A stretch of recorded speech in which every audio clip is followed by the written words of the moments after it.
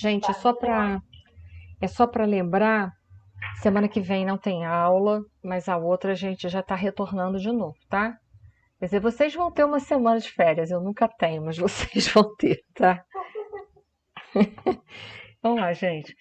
O capítulo de hoje é um capítulo muito interessante e nós vamos ter oportunidade de fazer algumas reflexões. O capítulo ele é intitulado Renovação. Tudo que é é repetição, reencarnação, né? Voltar à carne novamente. E renovação, novamente, né? Inovar alguma coisa. Esse é um processo que nós deveríamos estar engajados, um processo dinâmico, né? Porque todo processo é dinâmico. Porque nós, por sermos reencarnacionistas e espíritas, nós temos que estar engajado dentro do objetivo, de um dos objetivos da doutrina dos espíritos, que é a transformação moral do homem. E essa transformação, ela se dá por um processo chamado autoconhecimento e reforma íntima. Então, a gente deveria já estar engajado dentro desse processo pelo simples fato de nós sermos espíritas. É um processo muito dinâmico. Nós precisamos, com urgência, trabalharmos o nosso nível de consciência, que, segundo o autor espiritual Joana de Ângeles, a nossa consciência é egóica. Nós precisamos, com urgência, sairmos desse nível de consciência e alcançarmos a consciência desejada, que é o self, lá onde está escrito as leis divinas. Porque enquanto nós estivermos mergulhados nessa consciência, nesse nível de consciência chamada consciência egóica, a presença do orgulho e do egoísmo será constante na nossa vida.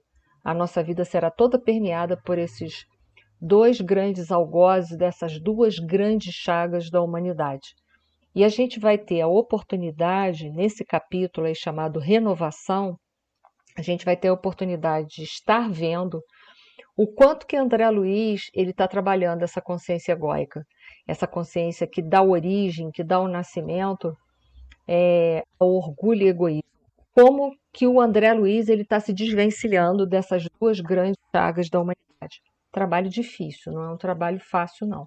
Porém, não é um trabalho impossível. Bom, vamos lá. Ele começa o capítulo falando desse processo de desapego. É um processo de desapego, qual eu intitularia um desapego maior. Porque a gente, como já teve oportunidade de vermos em outros capítulos, nós estamos apegados a uma série de coisas, não só a coisas materiais, mas nós estamos apegados a crenças limitantes, nós estamos apegados à nossa personalidade, e esse é o desapego maior. É quando a gente consegue se desapegar de si mesmo. Oi, tô gravando. Obrigada. Então, esse é o desapego último que a gente vai estar realizando. É o desapego de si próprio, né? Porque enquanto a gente estiver imersos nessa consciência egóica que gera o orgulho e egoísmo, eles nos deixam aferrados aos ciclos reencarnatórios de dor. Então, se nos deixam totalmente presos aos ciclos reencarnatórios de dor, é porque o orgulho e o egoísmo geram diversos níveis de apego, diversos tipos e níveis de apego. Então, nós precisamos, com urgência, nos desapegar da nossa personalidade, dessa consciência egóica. E ele coloca ali já de início: desligando-me dos laços inferiores que me prendiam às atividades terrestres, elevado entendimento felicitou-me o espírito. Então, a gente vai vendo que é preciso nos elevarmos, né? Enxergar, olhar para cima, ir num nível maior, para vermos as coisas com mais amplitude e profundidade. E é justamente isso que o André Luiz, deixa eu só ajeitar aqui minha luz, que o André Luiz ele está fazendo. Ele está se elevando, né? Buscando a elevação. E a gente alcança esse processo de elevação quando a gente vai se desapegando de nós mesmos. Então, precisamos nos elevarmos para justamente a gente ter uma visão, um panorama mais profundo da realidade da vida. E aí ele continua: semelhante libertação, contudo, não se fizera espontânea. Quer dizer, não se iniciou espontaneamente, ele teve que se utilizar da vontade direcionada para ele poder fazer isso. Ele se utilizou de todo o conhecimento que ele usou, que ele teve em nosso lar, a ajuda da Dona Laura, da Narcisa, do Tobias, de tantos outros, né? Para que ele, do Clarencio, da mãe dele, para que ele pudesse, com isso, verdadeiramente se desapegar daquela identificação familiar, dessa questão de que eu sou marido, ela é minha esposa, daquilo que a gente intitula que é meu, minha. A gente precisa sair do meu, minha e entrar no processo do nosso. Então, foi com esses ensinamentos que ele, a duras provas, ele conseguiu se desvencilhar, está conseguindo se desvencilhar dessa questão e olhando para aquele agrupamento familiar que ele ajudou a construir, mas ele está olhando ali para aquelas pessoas não mais como um objeto seus de possessão, né? Mas sim olhando para eles como irmãos de caminhada. Isso é muito difícil, é muito difícil. Então ele continua: sabia no fundo quanto me custara abandonar a paisagem doméstica, suportar a incompreensão da esposa e a divergência dos filhos amados, porque ali os filhos, principalmente, já não se lembravam, com exceção da filha que havia se encaminhado para o espiritismo, os outros filhos tinham procurado completamente esquecer da memória dele e se fixar tão somente no atual esposo, que era o Ernesto. Então, ele sabia o quanto que ele se sentia mal, magoado, preterido. Isso é típico do ego. O ego faz com que a gente sinta ressentimento, faz com que a gente se sinta magoado, que a gente se sinta preterido. Quando a gente parar de amar, de ter esse amor de condições, que é gerado pela consciência egóica, que é um amor de condições, a gente só ama o outro se o outro for bom pra gente, a gente só ama o outro se o outro for bonzinho pra gente, a gente só ama o outro se o outro fizer aquilo que a gente gosta de receber, né? O ego, ele quer ser sempre servido, bajulado, enaltecido. E isso é uma forma de ser enaltecido, bajulado, ser servido. A gente tem que amar por amar. Amar porque é bom amar. E não amar porque o outro vai ser bom. O outro pode ser quem ele quer. Nós temos que dar essa liberdade porque Deus deu. Quem somos nós para tirar essa liberdade do outro? Se Deus deu, como eu, um ser muito inferior, vou querer tirar esse direito do outro. Nós somos o que somos. Nós somos aquilo que damos conta. Por que a gente não permite ou a gente acha que pode brecar a oportunidade do outro ser aquilo que ele dá conta? Eu sou o que eu dou conta, o outro é o que ele dá conta. Mas a gente vive ali reclamando das pessoas, que as pessoas são ásperas, que as pessoas são cruéis, que as pessoas são inconvenientes, que as pessoas, enfim, né? Vários adjetivos a gente usa em relação às pessoas. Mas as pessoas, elas são o que elas são, assim como nós somos o que somos. Quando a gente sair dessa consciência egóica, o nosso amor vai deixar de ser um amor de condições. E aí a gente vai deixar que o outro seja o que ele der conta de ser, e a gente vai aprender a amar ele de qualquer maneira.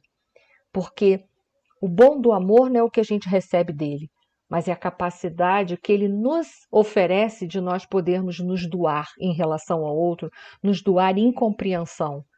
Só que a gente ainda tem dificuldade com essa proposta de amor, porque a nossa proposta de amor é uma proposta de amor condicional. E André Luiz está despertando para essa realidade a duras provas, como ele mesmo colocou. E ali embaixo eu coloquei um pensamento de Søren de Kierkegaard, que ele fala assim: a vida só pode ser compreendida olhando-se para trás, mas só pode ser vivida olhando-se para frente. André Luiz, ele vai aproveitar do passado, como qualquer um de nós, a gente vai olhar para trás para a gente entender quem nós somos, por que agimos daquela forma. Mas é só para isso que serve o passado, para nos dar base, para a gente olhar para frente e seguir. A gente não pode ficar encarcerado no passado, senão o passado se torna uma âncora que nos impede de seguir caminho à frente. Então, que o passado não seja uma âncora para nenhum de nós, que nós possamos nos libertar dessa âncora e seguir o nosso trajeto evolutivo, que é isso que a gente tem que fazer. É difícil? É. Mas esse livro vai exigir de todos nós uma maturidade espiritual e emocional maior do que o anterior. O André Luiz está trazendo isso para a gente, o André Luiz está crescendo e o André Luiz está ensinando isso para a gente. Então ele está deixando isso de presente para todos nós, essa grande oportunidade. Lembra que eu falei para vocês que nós vamos estudar as obras de André Luiz, não para fazer julgamento das pessoas, mas para se olhar o tempo todo e poder ter essa capacidade de transformação interior? E, gente, e o mundo de regeneração está cada vez mais perto da gente. Nós temos que aprender a amar incondicionalmente. É dureza. Porque tem dia que a gente, às vezes, tem vontade de dizer para certas pessoas uma meia dúzia de verdades. Verdades essas, às vezes, que nós não gostaríamos de ouvir, mas que a gente tem vontade de dizer, a gente tem. Por quê? Porque a gente traz aquele orgulho, aquele rompante de achar que a gente é melhor do que as outras pessoas. A gente ainda não consegue se libertar. E por que também? Porque a gente foi condicionado, por causa dessa consciência egóica, a colocar a nossa felicidade em algo ou em alguém. Isso é muito ruim, porque quando alguém sai da nossa vida, leva a nossa felicidade. Ou quando aquele algo deixa de estar presente na nossa vida, a nossa felicidade também se perde. Então, a nossa vida, a conquista da felicidade, ela tem que ser instalada, tem que ser argamassada dentro de nós e não fora da gente. Só que a gente tem muita dificuldade para isso. Por isso que a gente reclama, diz que a gente é infeliz porque as pessoas nos espizinham, porque as pessoas não são boas. Mas, na verdade, o dia que nós formos bons, a maldade dos outros não vai encontrar sintonia dentro dos nossos corações.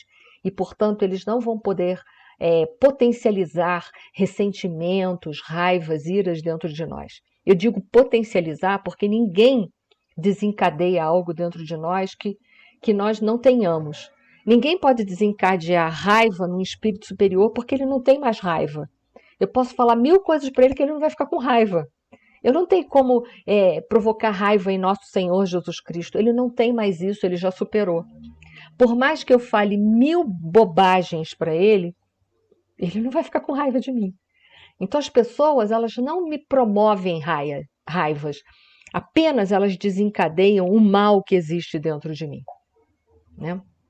Por isso que tem aquele pensamento que diz que o mal só se insinua onde não viger o bem. Porque se dentro de mim estivesse vigendo o bem, o mal externo não encontraria nenhum problema. Eu não encontraria nenhum problema em estar em contato com o mal externo. Eu teria subsídios, eu teria compreensão, eu saberia como me comportar diante daquilo. Como eu não sei, eu ainda sou uma pessoa reativa diante da sociedade. Então é isso que a gente precisa tentar ir mudando dentro de nós. É uma proposta audaciosa, mas é uma proposta que nós precisamos começar a enfrentar. Né? Parar de culpar que os outros é que nos fazem infelizes. Ninguém faz a gente infeliz. A gente já é infeliz e fica transferindo isso, jogando para cima das outras pessoas. E aí André Luiz está nesse processo de mudanças e dentro dele, e são mudanças verdadeiras. Não são mudanças aparentes, porque mudanças aparentes são máscaras que nós vestimos temporariamente para aparentar coisas para as pessoas das quais a gente não possui. Aliás, quem precisa mostrar muito é porque não tem. Né? Porque quando a gente é e pronto. Os cães ladram e a caravana passa. Agora, quando a gente não é, a gente precisa ficar mostrando para as pessoas 24 horas, ficar se justificando. A gente não tem que se justificar, porque os inimigos não vão acreditar na gente, mesmo que a gente se justifique e mostre excelentes argumentos para ele. E os amigos não precisam da nossa justificativa. Então, vamos seguir em frente que a gente está perdendo tempo. Né? É difícil, mas é importante. E aí André Luiz coloca assim: foi assim que, eminentemente surpreendido, observei minha própria transformação no curso dos acontecimentos. Veja, na prática, porque foi no curso dos acontecimentos. Então ele foi vendo a transformação dele na prática, a duras provas, literalmente. É porque mudar, gente, mudar dói demais, fora da conta. Tem dia que a gente fala, acho que não vou dar conta disso. É assim, mudar é assim. É como um parto, né? Eu nunca tive filho, eu já tive cálculo renal, dizem que é a mesma dor. Então, eu acredito que deve ser bem ruim mesmo, né? Para as mães aí que já tiveram parto normal e sofreram, né? Mas mudar é esse parto, é essa dor, né? Experimentava o júbilo da descoberta de mim mesmo. Olha só, ele experimentava a alegria de se descobrindo, de ir vendo as suas limitações, mas também de apreciando o quanto ele era capaz de superar essas limitações. Isso é que nos dá alegria. É a gente saber que às vezes foram pequenas coisas que a gente conseguiu, mas conseguiu. Aliás, reforma íntima é igual comer um prato de sopa quente. Se eu tentar mergulhar a colher lá no meio, eu vou queimar a boca toda. Não adianta, eu tenho que vir comendo pelas beiradas e esperar que o tempo esfrie aquela sopa. Não tem jeito. O que eu não posso é desistir de comendo essa sopa. Eu tenho que comer ela para quando eu chegar no meio ela tá morninha. Então não vou querer mais comer também. Então isso é muito difícil, mas é necessário. Dantes vivia a feição de caramujo. O que é o caramujo? Aquele que se esconde dentro da sua carapaça, né? Antes vivia a feição do caramujo, segregado na concha, impermeável aos grandiosos espetáculos da natureza, rastejando no lodo. Quer dizer, quantas armaduras a gente põe para não sentir o mal que o outro tá me espelhando, né? Porque o outro só incomoda a gente porque a gente ainda tem aquelas vicissitudes dentro de si, ou coisas muito semelhantes. Então, o que a gente faz às vezes para suportar a vivência com o outro? A gente bota armaduras, mas armaduras nos deixam trancafiados dentro de nós mesmos, portanto a gente não se liberta. A armadura nos deixam acorrentados, aprisionados. É preciso criar coragem de sentir o mal do outro e encarar o mal que está dentro de mim. Porque não é o mal do outro que eu vou ter o poder de mudar, mas é o mal que está dentro de mim, que está fazendo ressonância com o outro, que eu tenho obrigação de transformar. Difícil isso. Quando a gente parar de olhar para as pessoas e dizer isso para as pessoas, que as pessoas nos fazem mal, e sim nós encararmos que, na verdade, ela tem o poder de nos fazer mal porque o mal ainda habita dentro da gente, e que quando eu transformar o mal em mim, ela não tem mais como me incomodar em momento nenhum. Quando a gente tiver coragem para fazer isso, a gente está liberto. A gente se liberta dessas armaduras, né? Agora, entretanto, convencia-me de que a dor agir em minha construção mental, a maneira de alvião, eu botei embaixo o que é alvião, né? Um instrumento de ferro constituído de um cabo de madeira, com lâmina, com feitio de enxada, de um lado e da outra ponta semelhante à de uma picareta. Então, é um instrumento que você vai bater para quebrar uma pedra ou para moldar alguma coisa, né? É um instrumento que fere. E a gente sabe que tem dois mecanismos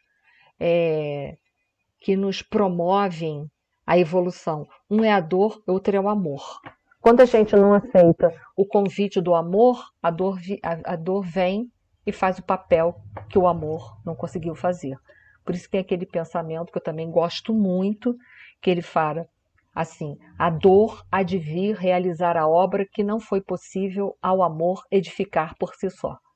Então, quando a gente não aceita o convite do amor, a dor imediatamente nos visita, nos visita com essa forma aí de alvião, né? Esse instrumento que fere, que fura. Para quê? Para quebrar a nossa rigidez externa. Porque não adianta criar carapaças, igual um caramujo, para não sentir o mal que está vindo de fora. Porque o mal de fora apenas reflete o mal de dentro. Quem é o mal de fora? As pessoas que a gente reclama, que a gente convive na família, no trabalho, em qualquer lugar aí da nossa vida. Então a gente tem que se conscientizar que essas pessoas são só espelhos. Agora, entretanto, convencia-me de que a dor agir em minha construção mental à maneira do alvião pesado, cujos golpes eu não entendera de pronto. O alvião quebrara a concha de antigas viciações do sentimento. Que são essas viciações do sentimento? Se sentir magoado, ficar com raiva, ficar com ressentimento, transferir, né, para as outras pessoas aquilo que cabe a gente consertar dentro da gente. Bom, O alvião quebrara a concha de antigas viciações do sentimento, libertara-me, expusera-me o organismo espiritual ao sol da bondade infinita. Olha que bom, né? E comecei a ver mais alto, alcançando longa distância. Então, ele conseguiu subir, quando ele quebrou um pouco do orgulho dele, ele conseguiu subir, né? E quando a gente se eleva, a gente vê um panorama da vida que até então a gente aqui embaixo, né, se rastejando nessa lama, a gente nem sabia que existia aquela paisagem. Mas justamente a gente fica rastejando enquanto a gente insiste no orgulho e no egoísmo que habitam dentro da gente. No egoísmo de não amar o outro porque a gente só ama aqueles que vão nos retribuir, no orgulho de se achar superior e que vem ensinar os outros a se transformar. Então, quando a gente para de querer transformar o outro e para de amar em condição, a gente consegue voar como um balão e consegue ver outras paisagens. Ele está entrando nesse processo aí. Então, eu coloquei essa passagem de João, capítulo 8, versículo 32, que é uma passagem muito agora mais aproveitada por nós, olhando por esse aspecto, quando João diz: conhecereis a verdade vos libertará. Que verdade? A verdade que estão nas Escrituras? Não. Quando eu mergulho e vejo as verdades da Escritura vibrando dentro de mim. Porque não adianta ter uma religião, porque religião pode ser fachada também. Quantas pessoas estão inseridas numa religião só para ter uma fachada de gente boa? Religião só é boa quando ela opera transformações dentro de nós. Quando ela não muda nada dentro de nós, ela não serve para nada, a religião. Nada. Porque a religião não é um processo de religar e de nos ligar a Deus novamente. Como é que eu vou poder novamente fazer a minha comunhão com o Pai? A partir do momento em que eu vivo as suas leis de Deus não é de amor? Então, eu só tenho esse caminho, eu não tenho outro caminho para seguir. E aí foi o que eu falei com vocês, as pessoas que estão ao nosso redor, das quais nós reclamamos às vezes 24 horas por dia, ou 48 horas por dia, brincando, né? Que tem gente, a gente reclama dessa, porque a gente diz que são pessoas que estão ali o dia inteiro a nos ferir. Essas pessoas são pessoas espelhos. O que é uma pessoa espelho?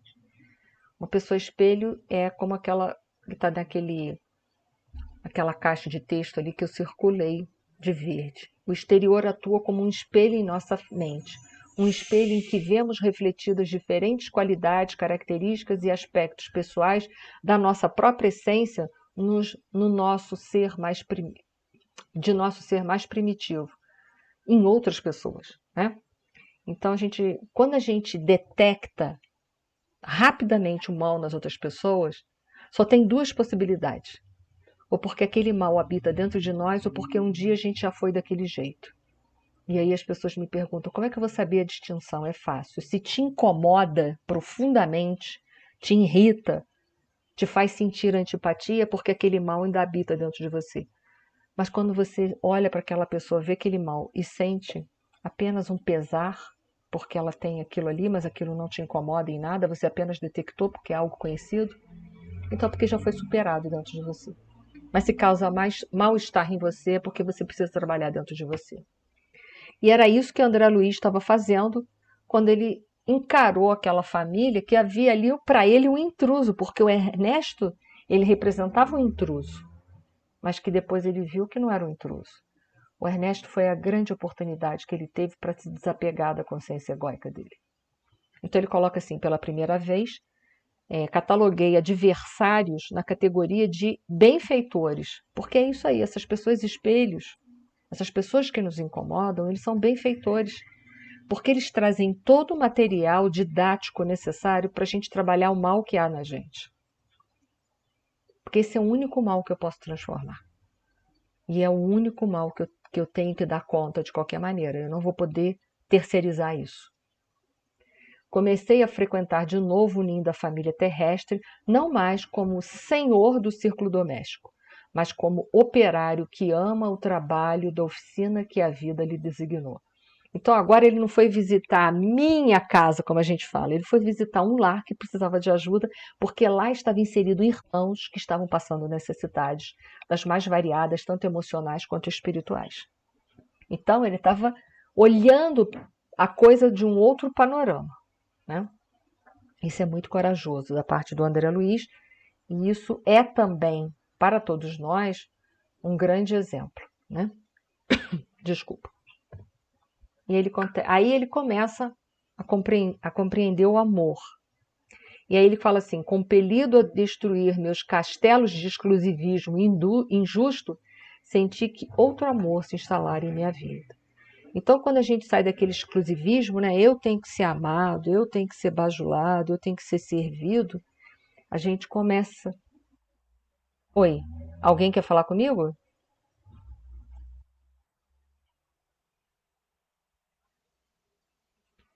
Ele sai desse exclusivismo do amor, desse amor de condição, desse amor barganha. Enquanto a gente está no amor de condição, é amor barganha, amor comércio, né? Eu só te dou porque se você me der, senão nada feito. E aí me fez lembrar essa passagem do Evangelho, que aí a gente agora consegue olhar para essa passagem do Evangelho também com maior amplitude de conhecimentos. Que é quando Lázaro fala nesse capítulo 11 do Evangelho segundo o Espiritismo, do amar o próximo como a si mesmo, Lázaro vai falar sobre a lei de amor, lembra? No início éramos somente instintos. O que é o amor instintivo? É um amor astuto, é um amor que simplesmente é um amor violento, é um amor de existência. Né? Você quer o outro para você se manter vivo, porque é uma coisa visceral de se manter vivo. Você precisa do outro. É o amor do querer, né? Da posse. No início éramos somente instintos. No início era somente instinto, quanto mais avançado e corrompido, eram as sensações. O amor de sensação, a sensação ela te dá dor e prazer. Então, nesse ponto é o amor de condição. Eu não quero a dor, eu quero só o prazer. É o querer na sua mais profunda significância, né? É o querer superlativo, eu quero de qualquer maneira. É o amor da condicional, né? O amor instintivo, o amor de sensações. E ele fala, quando instruído e depurado, olha só, conhecereis a verdade e ela vos libertará.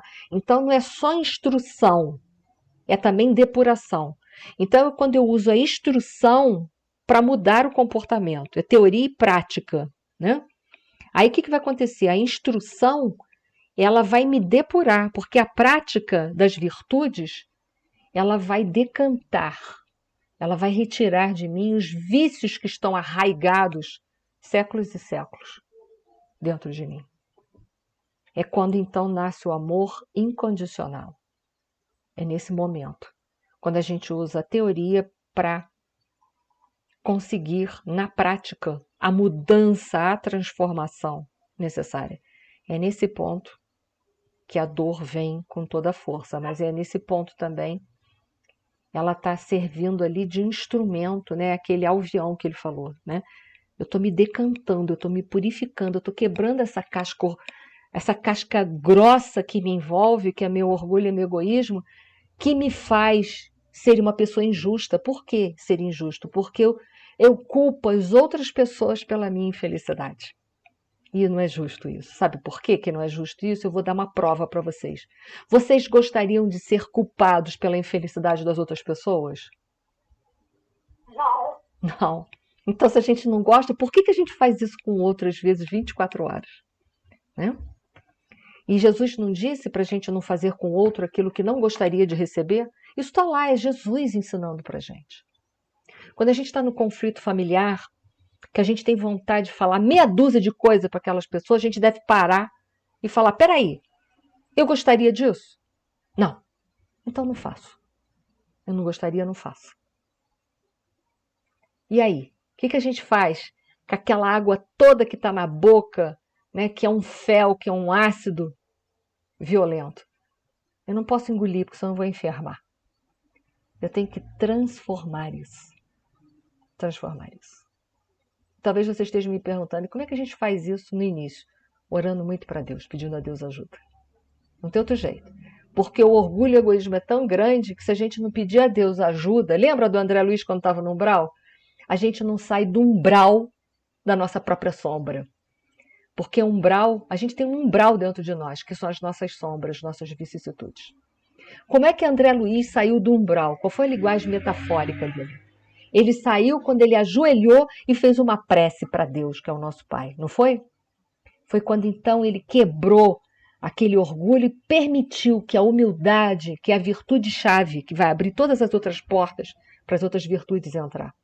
Naquele instante, ele permitiu que a humildade, abrindo as portas para ele, fizesse com que ele saísse do umbral. O que é umbral? Vocês sabem, é passagem, né?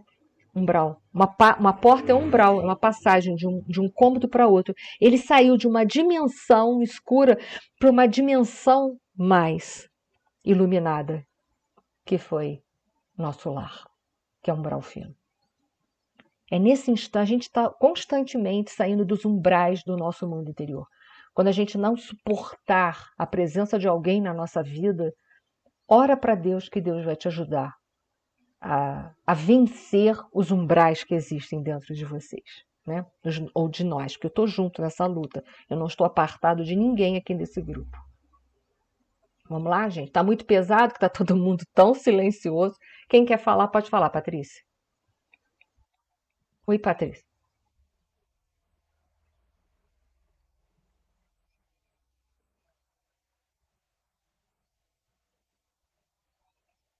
É, do Robert Fisher. Eu gosto muito desse livro, muito. É isso.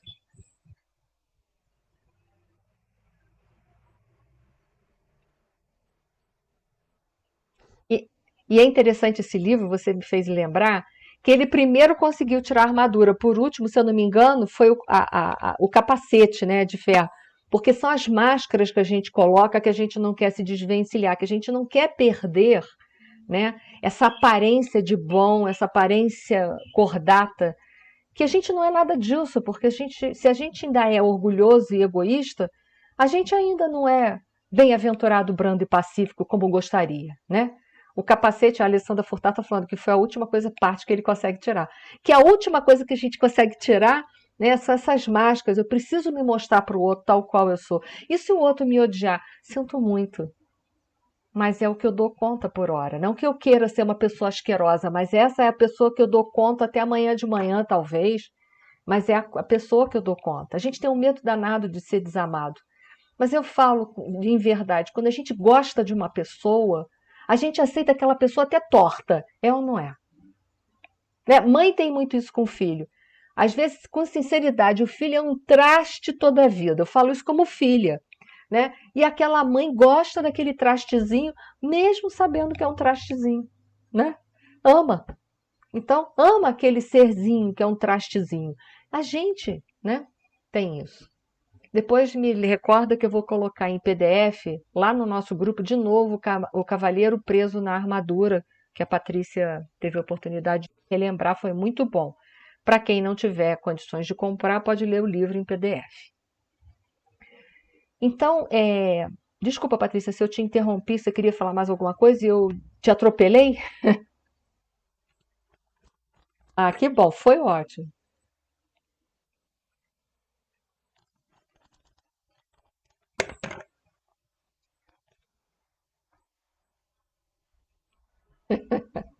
Isso aí. Obrigada. Então, a gente hoje, olhando para esse trecho aqui do Evangelho, que o Lázaro, o Espírito Lázaro, intitulou como Lei de Amor, que é um verdadeiro tratado de amor. Vocês vão falar assim, um negócio desse tamanho é um tratado? É um tratado porque eu estou empacada ainda nessa frase até hoje. Eu estou lá, no início era um somente instinto, entendi. Aí a gente acha que entendeu, depois a gente fala assim, entendi nada. Porque os instintos significam automatismo. Quanta coisa da minha vida eu estou vivendo no automatismo? Quantas? Quantas coisas a gente repete, né? Aí eu falo assim, nem dessa fase eu não passei ainda, porque eu ainda estou cheia de comportamentos automáticos. Aí eu falo, não é possível, eu que já achava que estava no amor de sensação. Aí eu me descubro o amor de sensação também. E vez por outra, uma vez na vida, quando o pessoal brinca, um pé lá na morte, eu vejo de vez em quando um lampejo desse amor aí avançado e corrompido. Alguma coisa que já está tentando, uma chama muito pequena, né? Um palitinho de fósforo, que de vez em quando acende e quase apaga. né? Mas e daí? É o quem eu sou, né? Eu estou nessa frase aí, sei lá, eu estou há 30 anos no movimento espírita, 30 anos eu estou tentando dar conta disso, e 30 anos eu empaco nessa frase daí. Mas naquele caso, a gente tem que botar a vontade para continuar nesse processo, não tem jeito. Qual é o jeito? É esse, não tem. Ah, eu vou ficar nesse jeito por quanto tempo? Não sei. O importante é não perder de mira isso que você quer. Enquanto você não conseguiu, você continua insistindo, né? E aí André Luiz vai falando, ele vai começar a descobrir, através desse processo da dor, ele vai ganhando uma consciência mais ampla e ele vai entendendo as leis de Deus. E é assim com a gente. Porque eu falei com vocês, a gente vai aprofundando o entendimento. Órfão de afetos terrenos, olha aí, a gente se sente, né? Olha o ego, órfãos de afeto terreno, olha a vitimização, né? Órfãos de afeto terreno. Ô, gente, vocês já pararam para pensar? Pode ter um monte de gente que não ama a gente, porque tem. Tem. Mas já parou para pensar que Deus nos ama? Caramba! Isso é tudo! Isso é tudo! Acabou, ponto final. Isso é tudo. Entendam isso? O ser mais poderoso do universo, que é o nosso Pai, ele me ama assim como eu sou, torta. Ponto final. Então, quer dizer, a gente nunca está apartado do amor. Nunca. Nunca. Mas André Luiz está lá, né? Coitado, capengando. A gente também é assim. Órfão de afetos terrenos. Olha só. Nossa, que tragédia grega. Mas é assim mesmo que a gente fica, vitimizado, né? Órfãos de afetos terrenos e conformado com os desígnios superiores, mas já tendo aquele conformado que é o início, a aceitação da aceitação. E sem aceitação não há resignação, não há. Porque eu só mudo, só dou novo significado, só resignifico a minha vida quando eu tenho aceitação. Antes disso não adianta, eu não mudo nada. Então ele já está no princípio da aceitação. Ele coloca ali, conformado com os desígnios superiores que me haviam traçado diverso rumo ao destino, comecei a ouvir o apelo profundo e divino da consciência universal. Onde é que está escrito a lei de Deus? Na consciência, né? Questão 621. Eu botei aí para vocês lembrarem. Então ele começa agora a entender a lei de Deus por essa dor. Ele teve que quebrar aquela armadura para ele começar, pela dor, entender as leis de Deus e continuar essa busca de encontro e coloca em prática, encontro e coloca em prática, porque a única forma é essa. À medida em que eu vou conhecendo, eu tenho que botar em prática, à medida que eu conhecer. Por isso que Jesus diz: muito será cobrado a quem muito foi dado. Se você sabe, você não pode esperar o outro fazer. Ah, eu vivo com uma pessoa que é tão difícil, que bom. Você tem essa lucidez? Tem. Ela não tem. A quem vai ser cobrado? A quem tem a lucidez ou a quem não tem? A você. Ponto final. Você está brincando? Não, estou brincando, não. Então, aquela pessoa dificinho, eu vou ter que dar o primeiro passo, você mesmo. Porque é você que tem a consciência. Então, é você que tem que fazer esse papel. Você está brincando, que eu vou ter que dar minha atenção, meu amor, meu carinho para aquela pessoa. É, porque Deus também dá carinho e atenção para você, mesmo sendo quem você é. A lei de Deus é essa, é a lei do amor. Não existe lei do ódio. Vocês já abriram algum livro sagrado e encontraram lá, primeiro capítulo, lei do ódio? Não tem nenhum. Então só tem um jeito na vida, é amar. Até o trastezinho, até o trastezinho. Porque Deus ama até o trastezinho. Né? O passado. E aí eu botei o pensamento Kierkegaard novamente, né? Que a gente viu lá atrás, lembra? A vida só pode ser compreendida olhando-se para trás, mas só pode ser vivida olhando-se para frente. Né? Eu olho para trás para compreender tudo quem eu sou, para onde eu devo ir, mas eu tenho que seguir para frente. Mas aí eu coloquei um outro aí. Nunca seja prisioneiro do seu passado. Foi apenas uma lição, o passado, não uma sentença. Então, que o nosso passado não represente uma sentença, porque se ele representar uma sentença, eu estou encarcerada. Gente encarcerada está ancorada, está presa os ciclos reencarnatórios de dor. Ah, porque no passado fulano me fez isso, aquilo, outro. Ótimo. Acabou. Deixa o passado para trás e segue para frente. Que bom que você já viu tudo isso. Pois que vendo tudo isso, você agora, de tudo isso, pode se libertar. Quem não viu pode se libertar. Eu posso me libertar de algo que eu não vejo? Nem sei que existe. É que eu vou me libertar. Nem sei que estou presa, para dizer a verdade. Mas a partir do momento que eu sei aonde está a minha corrente, eu também sei que eu posso quebrar a corrente, porque eu já vejo a corrente. O problema é que tem um monte de gente na sociedade acorrentado e que nunca viu as correntes. Mas eu já vejo as minhas. O que é melhor, quem está vendo a corrente ou quem nem sabe que está acorrentado? Que é o mito da caverna, lembra de Sócrates? Todo mundo está vendo as imagens, a projeção das coisas na parede, achando que aquilo é a verdade. Mas quem está atrás está vendo que aquilo tudo é manipulação. Então, eu sou a pessoa que sei que tem correntes.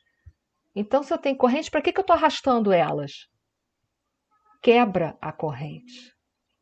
Né?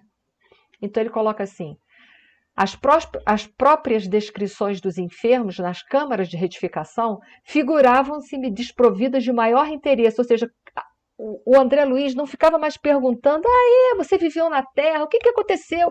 Quem te fez? Quem que fez você ficar aí onde você está? Isso não interessava mais para ele, sabe por quê? Isso são relatos, isso é passado, isso é corrente que atrela. O que o André Luiz quer fazer agora? Ele quer falar do que interessa. Sabe o que interessa? Interessa é o remédio. O remédio é o amor. Isso é que interessa. Oi, Márcia, fala aí.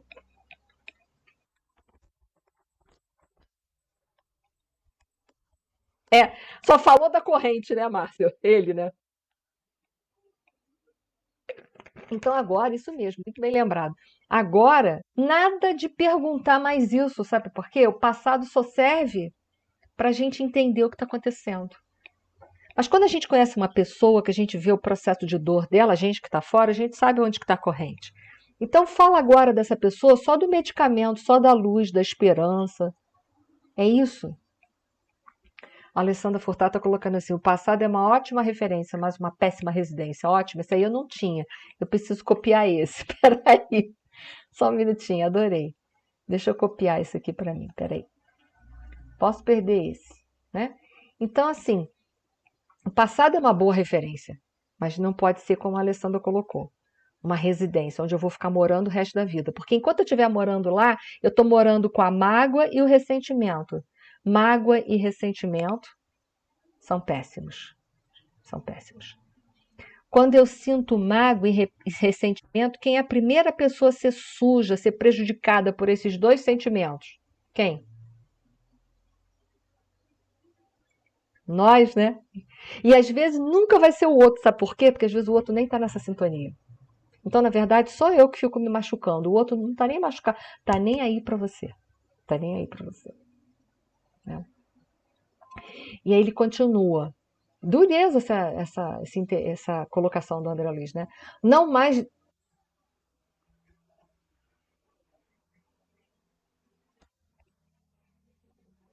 Porque quando eu pego, né? A mão. É burrice, né? Senão aquilo vai escorrer, né? E vai acabar de te sujar. Já sujou e vai acabar de sujar. É isso aí. E ele coloca assim: não mais desejava informar-me da procedência dos infelizes, não indagava das suas aventuras nas zonas mais baixas, buscava irmãos necessitados, desejava saber em que lhes poderia ser útil. Então ele só falava da utilidade, a utilidade é o remédio. Então ele só falava do remédio, da esperança, ele mostrava novas portas. Lembra que eu falei para vocês que umbral significa uma, uma passagem? Ele queria tirar a pessoa das trevas e levar para a luz.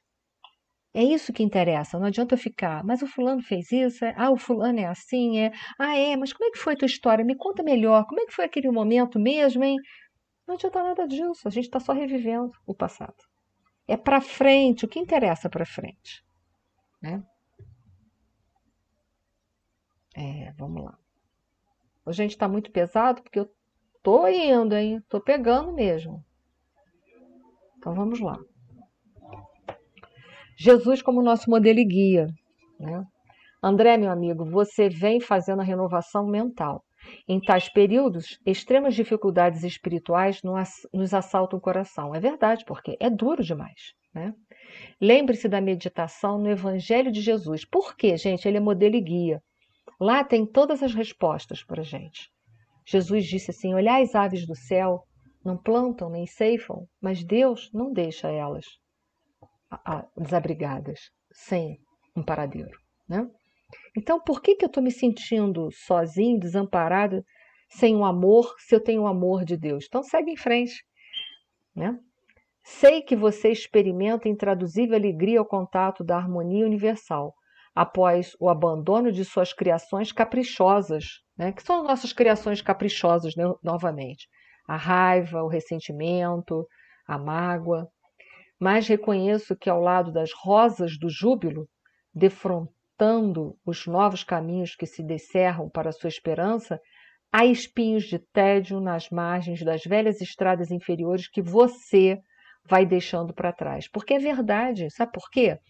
Se a gente vai abandonando um novo caminho, a gente vai se sentindo assim um pouco doído, né? Porque assim, parece que falta alguma coisa, né? Quando a gente vai abandonando as coisas velhas para trás. Dá uma sensação assim de solidão, mas não é solidão, é solitude. A gente que chama de solidão, né? Seu coração taça, é uma taça iluminada aos raios do alvorecer divino, mas vazia dos sentimentos do mundo. Que está vazia daquela porcariada toda que a gente botou lá, que infernizava a nossa vida e que, no fundo, nos distraíam do objetivo. O que são essas coisas que nos distraem? Nossa raiva, nosso ressentimento, nossa inveja, nossa mágoa, aquelas coisas todas que a gente costuma ter, né? E aí a gente está com aquela taça vazia. Por quê? Porque a gente foi tirando isso, então a gente está meio assim, né? Mais vazia dos sentimentos do mundo que a encheram por séculos consecutivos. Quantas coisas que são fúteis nessa vida que a gente encheu a nossa vida. Mas à medida que a gente vai tirando elas, a gente vai se sentindo um pouco sem sentido. Mas é importante, ela vai aconselhar ele, ela vai aconselhar o quê? Procura Jesus, porque Jesus vai encher a tua taça de uma água que nunca mais você vai ter sede. Lembra da mulher samaritana no poço? Jesus disse: essa água que eu vou te oferecer, você nunca mais vai ter sede, nunca mais vai ter que vir aqui pegar água de novo. Porque é Jesus que vai tirar toda a nossa sede, que vai tirar a gente do deserto. O que é o deserto? É estar reencarnado no mundo de provas e expiações. Aquela passagem simbólica de João, a passagem da mulher samaritana. Vai nos tirar desses ciclos reencarnatórios de dor em que nós estamos dentro de um contexto de provas e expiações, que é dureza mesmo. É dureza mesmo. Só não é para quem está viajando e que tem um monte de gente louca, que não está nem aí, está tentando anestesiar. Mas vocês sabem, toda anestesia, para ela funcionar, eu tenho que botar uma dose maior, uma dose maior, uma dose maior. Só que chega uma hora que não tem mais dose maior. E a anestesia acaba. E aí? Né? Aí eu tenho que ressignificar. É o que o André Luiz está fazendo, dá um novo sentido, uma nova direção. Encha a sua taça nas águas eternas daquele que é o doador divino, que é Jesus, o modelo e guia. Além disso, André, todos nós somos portadores da planta do Cristo na terra do coração. Em períodos como o que você atravessa, há mais facilidade para nos desenvolvermos com êxito se soubermos aproveitar as oportunidades. Enquanto o espírito do homem se engolfa apenas em cálculos e raciocínios, né, o que eu vou ganhar com essa situação, e parar de pensar o que vai ganhar e se transformar, né, o Evangelho de Jesus não lhe parece mais que um repositório de ensinamentos comuns. Você tem que parar de ver os ensinamentos de Jesus só intelectualmente, mas trazer isso para a sua vida. Mas quando se lhe despertam os sentimentos superiores, verifica que as lições do Mestre têm vida própria e revelam expressões desconhecidas da sua inteligência à medida que se esforça na edificação de si mesmo como instrumento do Pai. Quando crescemos para o Senhor, seus ensinos crescem igualmente aos nossos olhos. Vamos fazer o bem, meu caro. Então só tem um jeito: encher a nossa vida de coisas boas para fazer. E o que não falta é gente precisando. Encha seu cálice com o bálsamo do amor divino. já que você pressente os raios da alvorada nova, caminhe confiante para o dia. Né? Então, é difícil isso? Claro que é difícil. Né? Eu já falei para vocês, se fosse fácil, era tarefa totalmente já cumprida, mas não é. A grande maioria de nós estamos às voltas com todas essas lições de Jesus no nosso coração. Né? Deixa eu só passar aqui. Vamos lá. Novos rumos da nossa vida. Você tem trabalhado bastante aqui nas câmaras, onde me preparo por minha vez, se a Narcisa falando para ele, considerando o futuro próximo na carne. Não poderei, portanto, acompanhá-lo, mas creio deve você aproveitar os novos cursos de serviço instalados no Ministério da Comunicação. Então, lá, no outro ministério que ele está trabalhando, nas câmaras de retificação, que é Ministério de Regeneração, e ela está dizendo, você tem novos serviços, novas paisagens agora. Você pode aproveitar o serviço no Ministério da Comunicação para abrir na sua mente para novos horizontes. Então, ela continua. Muitos companheiros nossos habilitam-se a prestar concurso na Terra, nos campos visíveis e invisíveis ao homem, acompanhados todos eles por nobres instrutores, porque ela vai estar falando dos médiuns, né? Poderia você conhecer experiências novas, aprender muito e cooperar com a excelente ação individual. Por que não tenta? Quer dizer, ela está falando dos médiuns, né? Porque no Ministério da Comunicação, esse livro vai girar em torno do Ministério da Comunicação, falando da preparação dos médiuns, que são preparados em nosso lar, para reencarnar na Terra, e muitos deles faliram nas diversas mediunidades que abraçaram. Nós vamos ver isso nesse livro. E é um livro também que vai retratar o umbral médio. Lembra? Nosso lar está no umbral fino, mas vai falar muito do umbral médio também. Então, vamos lá. Então, André Luiz está trabalhando aqui embaixo, ó, Ministério de Regeneração, número 1. Né?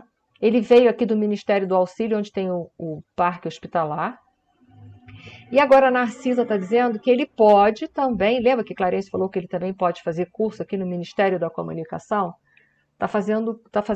Relembrando um convite para ele poder ver quantos se preparam aqui na Terra, recebe instruções, mas quando chega aqui na Terra, a consciência egóica, o orgulho e o egoísmo prevalece, a gente abandona tudo aquilo que a gente planejou lá na espiritualidade e aí perde a reencarnação.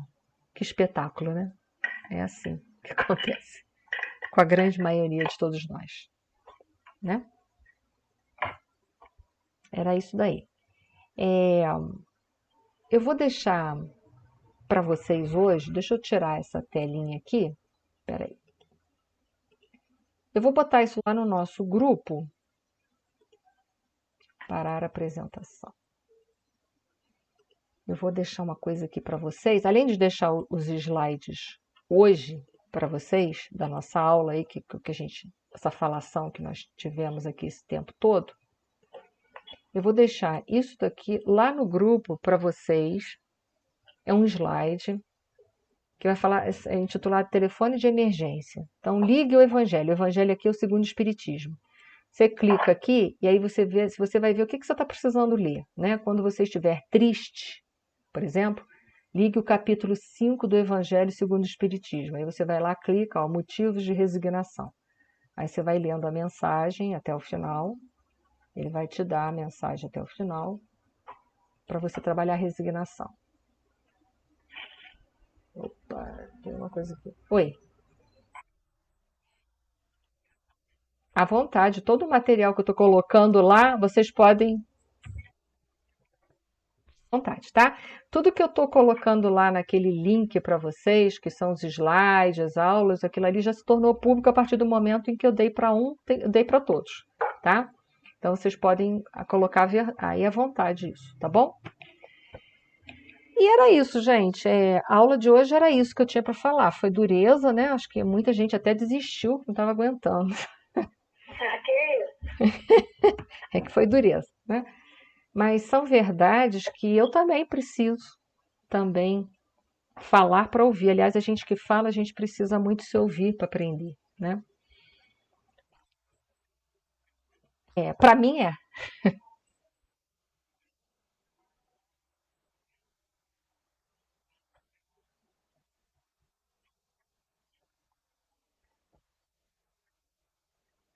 É a nossa transformação, né? Que não é moleza, né? Se transformar.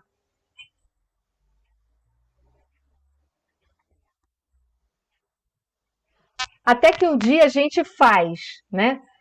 A gente faz, né? Custa às vezes, tem certas coisas na nossa vida que são muito difíceis da gente trabalhar.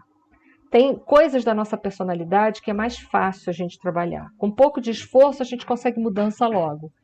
Só que tem coisas que são hábitos que a gente enraizou, já está enraizado de vidas após vidas, né? Por exemplo, pessoas que tiveram cargos de mando em outra vida. Ele não vai abandonar a arrogância dele do dia para a noite. Ele, mesmo sem cargo, às vezes nessa vida não dá cargo nenhum para a criatura, mas ele continua arrogando, né? Então a gente entende assim, é difícil? É difícil. Se fosse fácil, não era nem prova nem expiação, era assunto equacionado. É isso aí, né? Então a gente sabe que esse,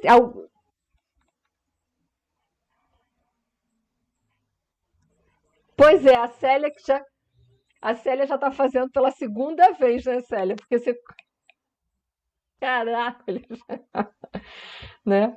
Mas que bom. O bom é a gente estar aqui. Pois é, a gente está aqui todo mundo junto tentando, porque as nossas vibrações também ajudam uns aos outros. Essa é a verdade, né? É a vibração que vocês estão trocando aqui reforça o nosso padrão de mudança, dá força para a gente pensar assim, puxa, além de Deus que é tudo, né? Tem aqui uma meia dúzia de gatos pingados comigo, então não tá bom, né? Porque é melhor do que estar sozinho, né? Pega os gatinhos que tiver por aí mesmo e vai, né? Vai. Tudo isso que a gente está vivendo, né, Inês? Que é, Edith? Hein? Eu estou falando, por tudo isso que nós estamos vivendo, né, Sim. 2 anos praticamente, tem sido um bálsamo, né?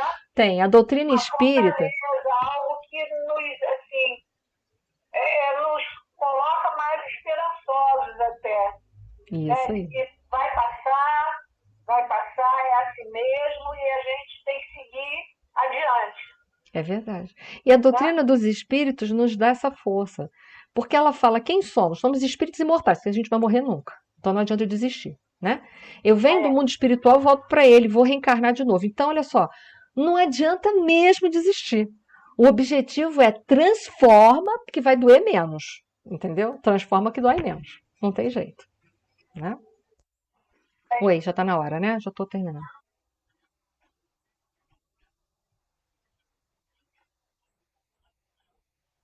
Isso, um homem extremamente arrogante, né? Pro homem novo, isso aí, isso aí.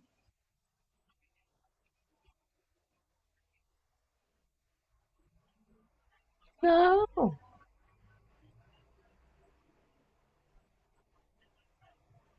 é,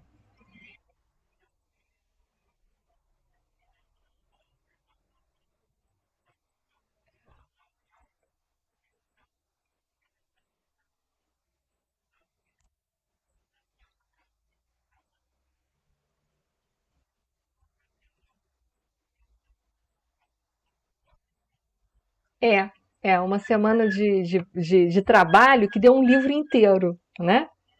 Isso é que é aproveitar a vida, né? Isso é que é aproveitar a vida, né? Mas é isso aí. É, eu tenho. Gente, oi. Oi, Elisa, pode falar. Não, pode falar, claro, deve falar. Não, você pode participar, todos estão convidados. É, não. O grupo, Elisa, é só para vocês poderem ter o link de acesso com facilidade, entendeu? E lá eu disponibilizo os links dos áudios e dos slides, é só por isso. E para vocês terem notícia, assim, se um dia acontecer alguma coisa, eu não puder dar aula, enfim, para vocês não ficarem esperando. Ah, nem sabia que a Enir hoje não ia dar aula, porque isso eu boto no grupo. Vamos supor, me acontece alguma coisa, eu não posso dar aula, eu comunico com antecedência. É para isso, porque o grupo ninguém pode postar nada, só os administradores. Então, o grupo vai ser só, ele só existe o grupo no Zap para passar isso, passar material e dar recados, só, mais nada, tá? Pode convidar quem vocês quiserem, tá? São todos bem-vindos, não precisa me... Ah, Enir, posso convidar? Pode convidar sim, não tem problema nenhum, tá? Se tiver alguém que esteja interessado, vocês não precisam nem me perguntar. Passo o convite para a pessoa, tá? Obrigada a vocês. Gente, eu vou fazer a prece final porque essa semana, para mim, esse mês é o mês mais especial para mim do ano. Oi, Eduardo? Oi? Capô, Eduardo, mas vai ter ano que vem, meu caro. Não, mas eu encontro vocês, a minha alma de perseguidor encontra rápido, entendeu? Mas esse mês é um mês muito especial. Eu falo que é mais especial que o meu dia de nascimento, porque para mim é um mês super alegre, é o mês do nascimento de Jesus. Então, é um mês que as vibrações são melhores. Pensa dezembro, agora pensa fevereiro, que tem o carnaval. É, é, é, é gritante as vibrações, né? Não precisa ter mediunidade ostensiva para sentir isso. É só parar para pensar, né? Então, assim, é um mês muito especial para todos nós, porque ele é o nosso modelo e guia. Sem ele, vai ficar muito difícil a gente trilhar a nossa autodescoberta e fazer a reforma íntima, né? Então, eu vou fazer a prece, é um mês de Natal, agradeço, tem muitas pessoas colocando aqui no chat, eu já estou lendo, me desejando a todos nós, né, um Feliz Natal, e eu vou fazer a prece, a minha prece é o meu presente de Natal para vocês, tá? Aguenta essa. Vocês mereciam coisa melhor, mas vai segurando. Vamos lá, gente. Senhor Deus, nosso Pai, de infinito amor e infinita misericórdia. Jesus, nosso mestre querido, nosso modelo, nosso guia, o nosso irmão maior, que há mais de 2000 anos esteve aqui encarnado entre nós para provar que amar é possível, que se transformar é possível. Quantos que foram aqueles que passaram por ti, como Maria de Magdala, Paulo de Tarso, Pedro, que conseguiram se transformar, os próprios apóstolos todos deram, após a tua partida aqui na Terra, deram testemunho das suas próprias vidas, mostrando que é possível se transformar, que é possível ser diferente, ainda que o preço que se pague seja alto, mas vale a pena. Quantos exemplos vivos nós temos hoje para realizar, para operar toda a transformação necessária na nossa vida? Não nos falta exemplos, nos falta apenas colocar em prática. Agradecemos também aos nossos mentores queridos, que têm tanta paciência com a nossa teimosia, com o nosso endurecimento no dia a dia, de ainda rejeitarmos o amor e fazer com que prevaleça dentro de nós o orgulho e o egoísmo. Quanta ingenuidade da nossa parte. Mas agradecemos a esses amigos espirituais mais amadurecidos, mais evoluídos, que aceitam como missão nos tutelar aqui enquanto estamos encarnados e que muitas vezes nos seguem ainda por muitos e muitos momentos da nossa existência, ou aqui na Terra novamente, ou nos planos espirituais, mas sempre trabalhando, vibrando pelas nossas vitórias internas. Por tudo isso, nós só temos motivos para agradecer. Muito agradecimento nós precisamos fazer. Agradecer todas essas oportunidades recebidas durante todas as nossas reencarnações, essa encarnação, que é uma grande oportunidade, na qual não só nós podemos compreender melhor a mensagem de Jesus, mas por estarmos inseridos na terceira revelação, que nos abre um horizonte imenso de entendimento da nossa existência no mundo. Gratidão por tudo, pelas provas, pelas expiações, pelas lutas da vida, por todos os que precisamos passar. Que essa paz, esse amor, esse espírito de Natal possa invadir o nosso mundo interno, o nosso lar, e encher o nosso coração de esperanças e de forças e de fé para que 2022 nós tenhamos muita coragem para transformar não o mundo, mas o nosso mundo interior, que é o mais importante. Gratidão por tudo Que essa paz e esse amor prossigam entre todos nós, hoje, agora e para sempre. Obrigada, amigos. Um